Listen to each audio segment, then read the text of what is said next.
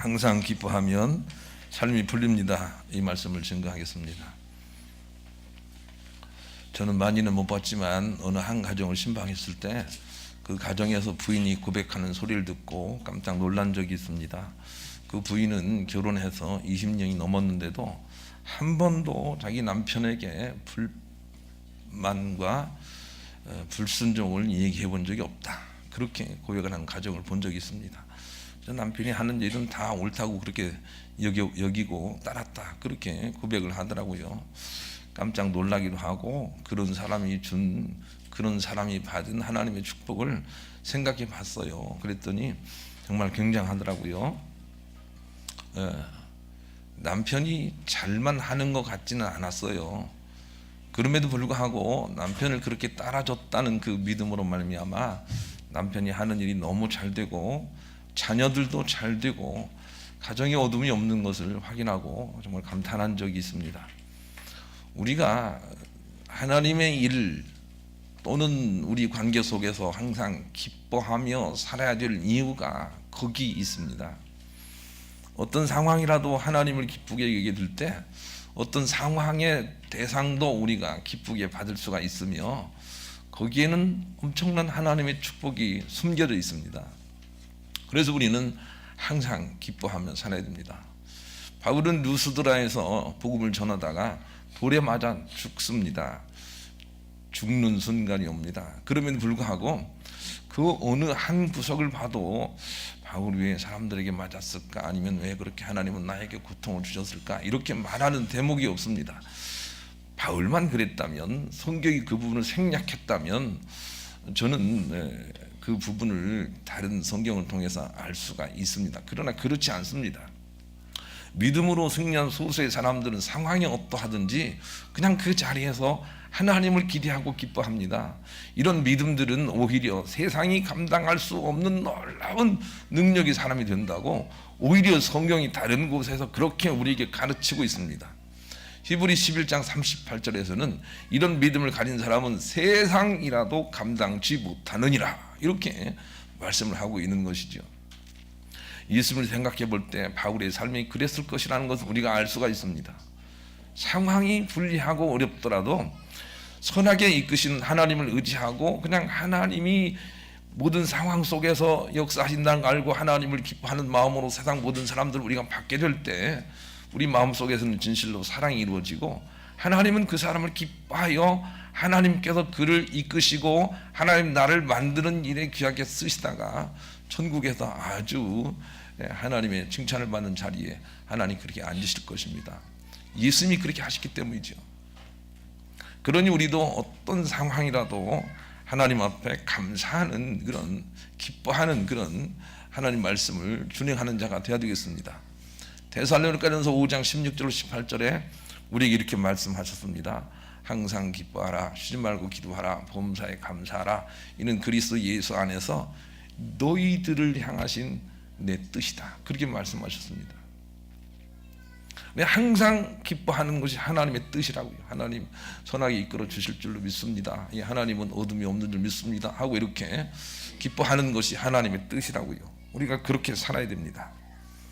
우리가 하나님을 기뻐하지 않는 순간들, 그 순간들을 통해서 마귀 사단이 역사를 합니다. 무신론자였다가 예수를 믿게 된 영국의 세계적인 석학 C.S. 루이스는 사단의 역사에 대하여 누구보다도 밝은 사람이었습니다. 그는 회심하고 난 후에 이렇게 믿음의 사람들에게 주의할 것을 당부하고 있습니다.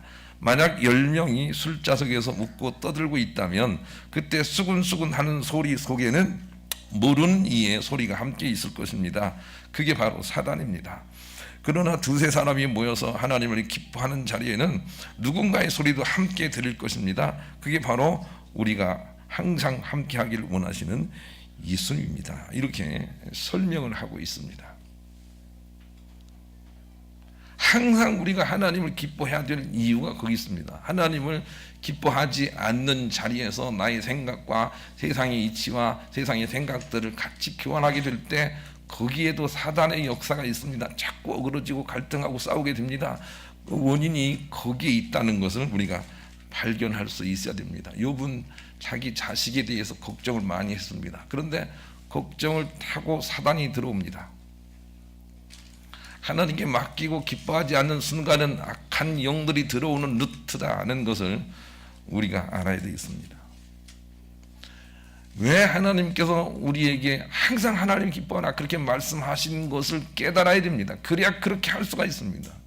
이거 24시간 하나님 앞에 살면서 하나님 감사합니다. 시어머니가 나를 구박해도 감사합니다 라고 해야 할 이치를 발견하고 그 일을 해야 됩니다. 그래야 하나님의 이끌림 받을 수가 있습니다. 그런데 어느 한순간이라도 하나님 기뻐하지 않고 어떻게 우리 시어머니가 그럴 수가 있어 이렇게 하는 순간 거기에 사단이 들어온다니까요.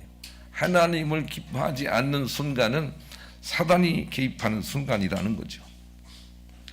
그래서 사단이 어디에 앉아 있는지 그 위치를 우리가 발견할 수 있어야 되겠습니다. 사단이 어디가 있습니까? 사단의 주소는 어디입니까? 하나님의 주소는 어디입니까? 하나님의 보좌는 어디가 있습니까?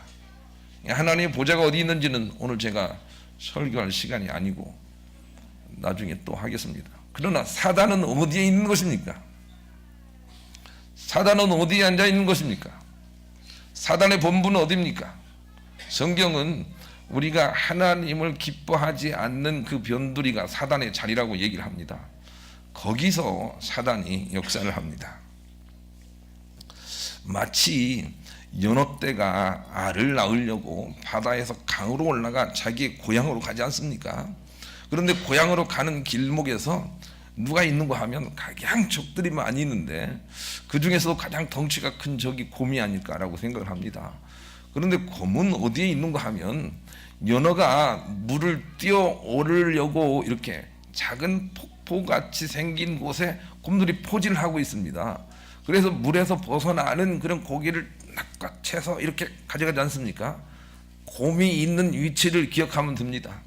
사단이 있는 위치는 우리가 하나님 감사합니다. 교통사고가 났어요. 하나님 그래도 하나님의 선하심 있기를 믿습니다 하고 하나님께 감사하지 않고 그냥 오늘 일진이 살았구나 왜 이런 일이 있을까라고 그렇게 원망불평하는 바로 그 자리에 있다는 것입니다. 하나님을 찬양하지 않고 이렇게 벗어나는 바로 거기에 사단의 보좌가 있다 그렇게 말씀해 주십니다.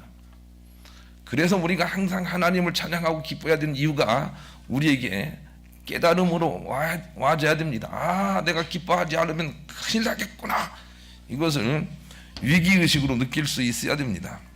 그게 오늘 본문이에요. 한번 보십시다. 10절 본문 읽습니다. 시작. 또 다섯째 천사가 그 대접을 짐승의 왕좌에 쏟으니 그 나라가 곧 어두워지며 사람들이 아파서 자기 혀를 깨물고 그랬네요. 자, 다섯째 하나님의 천사가 그 심판의 대접을 이번에는 어디에 쏟냐면 짐승의 왕좌에 쏟습니다. 사단의 보좌에 쏟습니다. 사단의 보좌가 어딘지 여러분 기억나시죠? 예, 우리가 하나님을 찬양하지 못하고 원망불평하는 그 현장입니다. 그게 사단의 보좌입니다. 예. 사단의 보좌가 거기라는 것을 우리가 2장 14절에서 확인할 수 있어요. 이 본문에 책갈피를 하시고 2장 14절 잠깐 보겠습니다. 요한계시록은 힘들고 어려운 데라서 말씀으로 우리가 이해를 해야 됩니다. 요한계시록 2장 14절을 펴보시죠. 거기에 사단의 위가 있습니다. 사단이 어디 있는지를 우리가 알아야 됩니다. 그래야 그 사단을 피해갈 수 있는 것입니다. 400페이지 요한계시록 2장 14절 13절부터 읽겠습니다. 13절 시작. 네가 어디에 사는지를 내가 아노니 거기는 사탄의 권자가 있는 데라. 네가 내 이름을 굳게 잡아서 내 충성된 증인 안디바가 너희 가운데 곧 사탄이 사는 곳에서 죽임을 당할 때에도 나를 믿는 믿음을 저버리지 아니하였도다. 14절 그러나 내게 두어 가지 책망할 것이 있나니 거기 내게 발람의 교훈을 지키는 자들이 있도다. 발람이 발락을 가르쳐 이스라엘 자손 앞에 걸림돌을 놓아 우상의 제물을 먹게 하였고 또 행음하게 하였느니라 그랬네요. 그런데 요 사단의 권자, 사단의 보호자가 있는 자리가 놀랍게도 교회라 이렇게 말씀하고 있어요. 교회 중에 버가모 교회에 사단의 권자가 있다 이렇게 말씀하고 있네요. 놀랍지 않습니까? 사단의 권자가 어디 있죠? 교회에 있습니다. 교회에서 우상적인 믿음을 가지고 있는 현장에 사단의 보좌가 있습니다. 교회에서 하나님 앞에 순수하게 하나님 감사합니다, 하나님 내가 기뻐합니다, 우리 이경미 권사님 기도한 것처럼 부족하지만 그래도 하나님 신뢰합니다, 이렇게 하나님께 그렇게 고백하지 못하고 하나님 왜 그렇게 나에게 힘들게 합니까? 라고 하면서 하나님께 감사하지 못하는 그 현장 속에 사단이 있습니다. 그래서 자꾸 부추기죠. 예, 사단이 그래 너 자꾸 하나님 불만하라고, 하나님 불만하라고, 예, 하나님 불만하라고 이렇게 사단이 이끌어갑니다. 사단이 어디에 있습니까? 예, 예배하는 처소에 있습니다. 교회에 있습니다. 하나님께 온전히 집중하지 못하는 거기에 사단이 있습니다. 사단의 권자가 거기 있다는 걸 알면 정말 깜짝 놀라지 않습니까? 사단의 본부는 교회에 있습니다. 놀랍지요? 그런데 하나님께서 진노의 대접을 거기에 쏟았습니다. 그랬더니 거기에서 질병이 생깁니다. 우리가 하나님 앞에 진실로 감사합니다, 진실로 감사합니다, 진실로 기뻐합니다, 진실로 의지합니다, 내가 어느 순간이라도 사망의 음침한 골짜기로 달지라도 주님을 놓치지 않겠습니다, 이렇게 하는 자세에도 조금이라도 자세가 벗어나면 거기에 어둠이 생깁니다. 그것이 하나님께서 지적하시는 부분입니다. 그래서 우리가 무슨 일이 있어도 이 하나님 앞에서 하나님께 감사하는 이 부분을 계속 다시 시도를 해야 됩니다. 그렇지 않고는 어둠이 생깁니다. 문제가 생깁니다. 가정으로 비유해 보십시다. 남편이 제대로 된 남편이 어디 있나요? 그러나 남편이 제대로 되지 않았어도 난 당신을 믿어요, 당신을 신뢰해요, 당신은 정말 멋쟁이에요, 당신은 세계에서 제일 잘난 남자예요, 이렇게 하지 않는 순간 사단이 들어옵니다.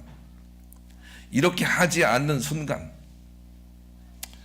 멋쟁이는 무슨 멋쟁이야, 내가 보니까 정말 아무것도 아닌데, 여기에 사단이 들어온다니까요. 예. 사단이 거기서 들어오는 걸 안다면 우리가 어떻게 해야 되죠? 오늘도 당신은 정말 운전 짱이에요, 정말 잘해요, 당신만큼 운전 잘하는 사람이 없어요, 아이고 정말 운전 잘해요, 아이고 왜 이렇게 흔들리지, 정말 운전 잘해요, 그렇게 해야 된다고요.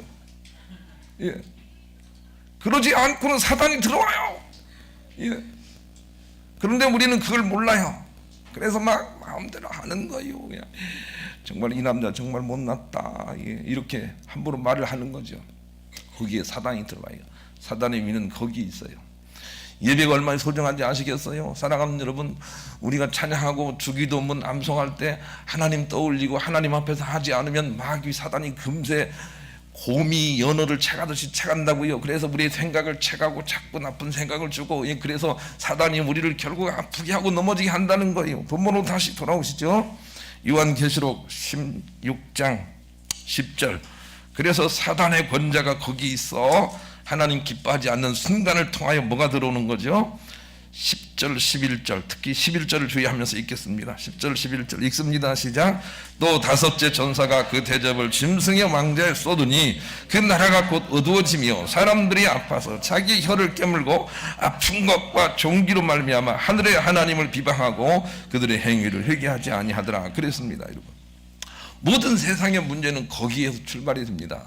그래서 교회가 세상에 대하여 무한 책임이 있다는 걸 아십니까? 예배 바로 드리지 않으면 세상이 혼탁하게 돼 있다고요. 하나님의 역사가 그렇기 때문이죠. 그래서 하나님께 집중하고 하나님께 감사하고 하나님 놓치지 않고 24시간 우리가 하나님 앞에 살다가 바른 예배를 드릴 때 또 회복이 되고 또 회복이 되는 것입니다.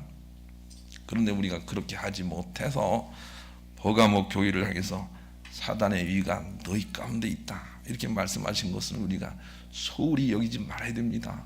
사단의 위는 여기 있으려고 호시탐탐 사단이 노리고 있기 때문에 그런 것입니다.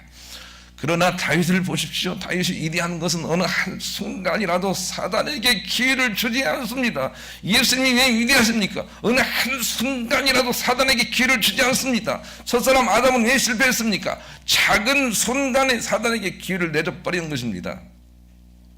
그래서 온갖 어둠이 들어왔습니다. 질병은 아담의 불순종을 통해서 타고 들어왔다는 거 아십니까? 예수 그리스도의 순종을 통해서 질병이 치유받는 이치를 아시겠습니까? 이제 우리가 예수 그리스도 앞에서 24시간 살게 되면 질병이 치유가 됩니다. 마음과 입술을 지키십시오. 내 안에 계신 예수 그리스도를 생각하고 늘 하나님과 동의하고 우리가 하나님을, 우리 안에 계신 예수님을 기뻐하면, 내 안에 계신 주님 기뻐합니다, 주님 기뻐합니다, 주님 기뻐합니다, 예, 이렇게 말하고 그 입술을 지키면 치유가 나타납니다. 사단이 손을 댈 수가 없기 때문입니다. 그 이치를 알아야 됩니다. 그 이치를 알면 우리가 나은 생활을 할 수가 있습니다.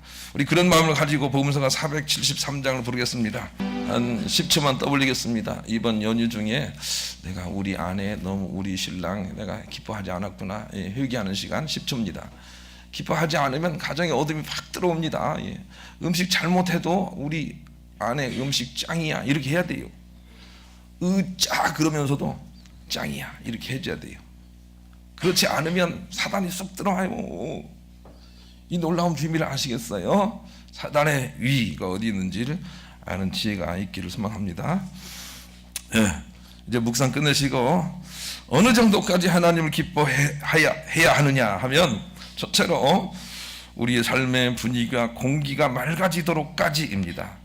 우리의 삶의 분위기와 공기가 맑아지도록까지입니다. 왜냐하면 사단이 임하면 반드시 어두워지기 때문이죠. 10절 제가 읽습니다. 또 다섯째 천사가 그 대접을 짐승의 왕좌에 쏟으니 그 나라가 곧 어두워지며, 예. 9장 1절 2절에 나옵니다. 어두워집니다. 사단이 임한 교회와 사단이 임한 가정의 특징은 어둡습니다. 가정이 어두워요. 예. 제가 존경하는 케네스 해긴 목사님이 어느 가정을 불시에 신방을 하기로 작정을 하고 갔더랍니다. 그랬더니 배를 누르고 나 해긴 목사요 라고 얘기했는데 문을 30분이나 있다가 열어주더랍니다.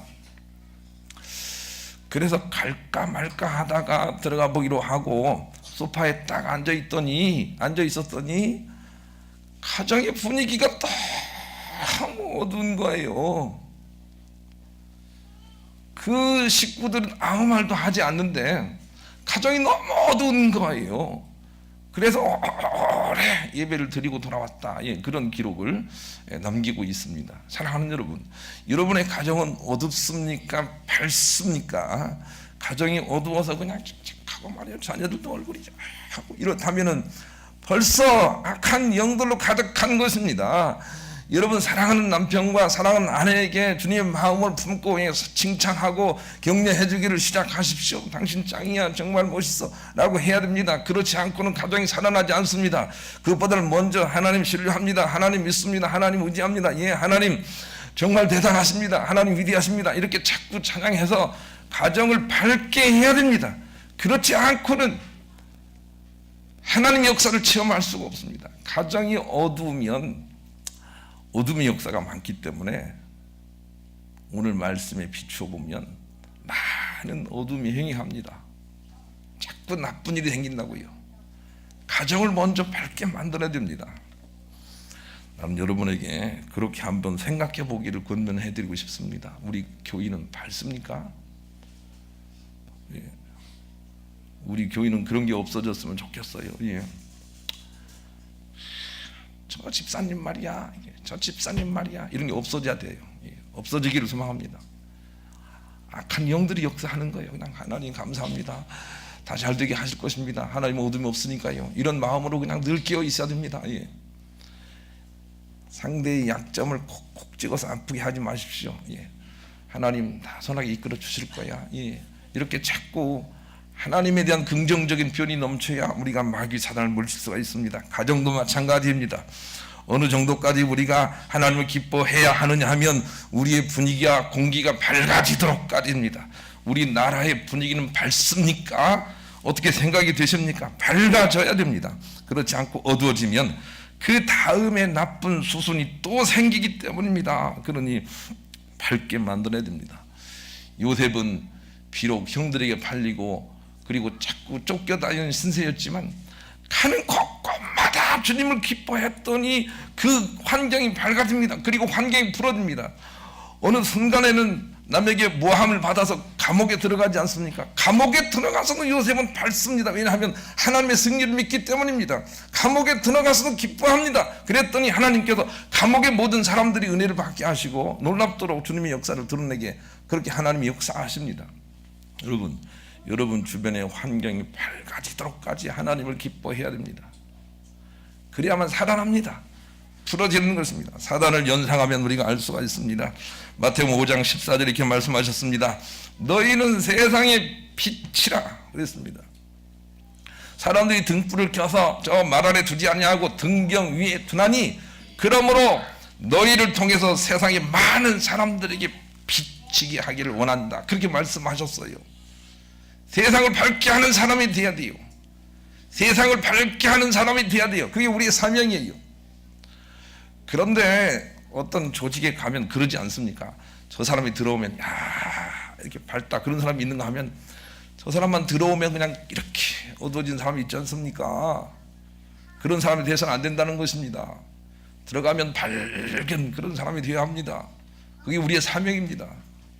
그래야 하나님 나라를 만들 수가 있습니다. 그런 마음을 가지고 복음성가 399장 또 부르겠습니다. 우리가 그런 역할을 한번 해봅시다. 옆에 있는 사람에게 당신 짱입니다. 그렇게 인사합시다. 당신 짱입니다. 예. 그렇게 해야 될 필요성을 우리 느껴야 됩니다. 예. 당신 짱입니다. 두 번째, 우리가 어느 정도까지 기뻐해야 하냐 하면 모든 질병의 원인은 기쁨 부족이다는 것을 알 때까지입니다. 모든 질병의 원인은 기쁨 부족이다. 예레미야 애가서 1장 13절에도 나옵니다. 여러분, 몸이 아프지 않은 사람은 없습니다. 제가 보니까 우리 교회에서 안 아픈 사람은 없는 것 같아요. 아픈 사람이 아픈 데가 다 있는데 몸이 아픈 원인은 하나님을 기뻐함이 부족한 거예요. 그게 하나님께도 진단하시는 거예요. 그래서 치료를 받고 병원에 다니면서도 하나님 기뻐하는 걸 넘치게 하십시오. 하나님 기뻐합니다. 하나님 이것이 오히려 우리 가정에 잘 되게 역사해 줄 줄 믿습니다. 하나님 내가 아픈 것이 하나님 놀라운 승리로 이어질 줄 믿습니다 하고 하나님이 기뻐하면서 약을 먹고 수술을 받아보세요. 하나님께서 정말로 놀라운 일을 베푸세요. 우리가 하나님 기뻐하는 것을 못한 것을 하나님께서 깨닫게 하시려고 우리를 아프게 하시거든요. 그러니 아픔이 찾아왔을 때 하나님이 기뻐함을 넘치게 하면서 약을 먹어보세요. 하나님의 놀라운 승리가 있어요. 모든 질병의 원인은 하나님 기뻐함의 부족 현상이에요. 그래서 성경은 감사함을 넘치게 하라 그렇게 말씀하셨어요.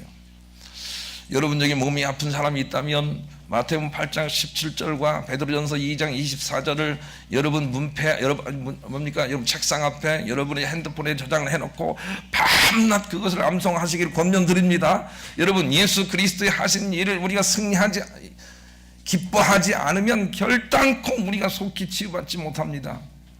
다시 얘기합니다. 몸이 아픈 사람이 있다면 마태복음 8장 17절 베드로전서 2장 24절을 적어놓고 열심히 암송을 하세요. 암송을 해버리세요. 예수 그리스도가 내 병을 짊어지셨다. 예수 그리스도가 치적에 맞음으로 내가 나음을 입었다. 그 메시지예요. 예수 그리스도가 나를 낫게 하셨다. 그런 예수 그리스도를 기뻐하는 말들을 자꾸 입에 두면 틀림없이 나버려요. 예수 그리스도가 나를 낫게 하셨다. 예수 그리스도가 나를 낫게 하셨다. 자꾸 말을 하고 예수 그리스도 사역을 기뻐하면 나는다고요. 여러분, 가난해서 힘든 사람이 있다면 시편 112편 1절 2절을 벽에다 붙여놓고 암송을 하시기 바랍니다. 하나님의 부하, 하나님의 재물이 거기 있어요. 그래서 자꾸 주님의 놀라운 부유함이 내 가운데 있다는 걸 알고 자꾸 우리가 주님을 기뻐하게 되면 부유가 나타납니다. 우리는 하나님을 기뻐하지 않는 것으로 인하여 가장 어려움을 체험하는 존재들이기 때문에 그런 것입니다. 서울대 의대 전범석 교수님은 자기가 허리 치료의 전문가이신데 그냥 자기가 허리병이 생겨버렸습니다. 그래서 수술을 받고 나서 내가 이걸로 누워있으면 안 되겠다라고 생각을 하면서 그냥 있는 자리에서 기뻐하고 감사하는 생활로 다 바꾸고 나서 허리도 치유받고 그리고 더 많은 사람들에게 기쁨을 전파하며 치유를 하고 있다라고 하는 그런 고백을 한 것을 본 적이 있습니다. 사랑하는 여러분, 하나님을 기뻐함이 부족하면 나쁜 일이 생깁니다. 가정에서도 남편과 아내와 가족끼리 서로 기뻐함이 부족하면 어둠이 생긴다는 걸 꼭 기억을 하십시오. 있는 그대로 그냥 기뻐하십시오. 난 당신이 좋아요 하고 그냥 기뻐해 버려야 됩니다. 자꾸 불만을 말하지 마세요. 거기가 바로 사단이 들어오는 자리예요. 예, 그냥 기뻐하세요. 기쁘게 받으세요. 그게 우리가 우리 자신을 지킬 수 있는 최고의 자리예요. 케네스 해긴 목사님이 이런 글을 썼습니다. 어떤 그리스도인들은 그들이 그리스도인 되려고 그들이 포기했던 것과 그들이 지불했던 대가와 봉사 그리고 헌금에 대하여 이야기하기를 좋아합니다. 나는 이런 이야기를 듣느니 차라리 한밤에 당나귀 우는 소리를 듣겠습니다. 하나님께 순종하며 당신의 삶을 주님을 위해 헌신하는 것은 돈을 지불하는 것이 아닙니다. 그것은 돈을 버는 일입니다. 하나님께 순종하지 않는 것이 오히려 우리에게 손해가 되는 일입니다. 마치 내가 옳다고 싸우는 일이 오히려 내게 손해가 되는 것처럼 말입니다. 제가 읽은 이 부분에 대해서 여러분이 믿음이 확신이 생길 때까지 여러분이 정진해 주시기를 권면을 드립니다. 하나님께 감사하지 않는 순간들이 모아지면 달러와 센트와 같은 돈이 증발하게 되고 병이 들거나 몸이 약하거나 일찍 죽는 것으로 손해를 보기도 합니다. 또는 자녀나 가족의 가슴 아픈 일이나 슬픔으로 손해가 찾아오기도 합니다. 하나님께 감사하며 기도하며 기뻐하는 것은 우리가 보약을 먹는 것과 다르지 않습니다. 하나님의 뜻에 온전히 순종하여 사는 것은 너무나도 좋은 일입니다.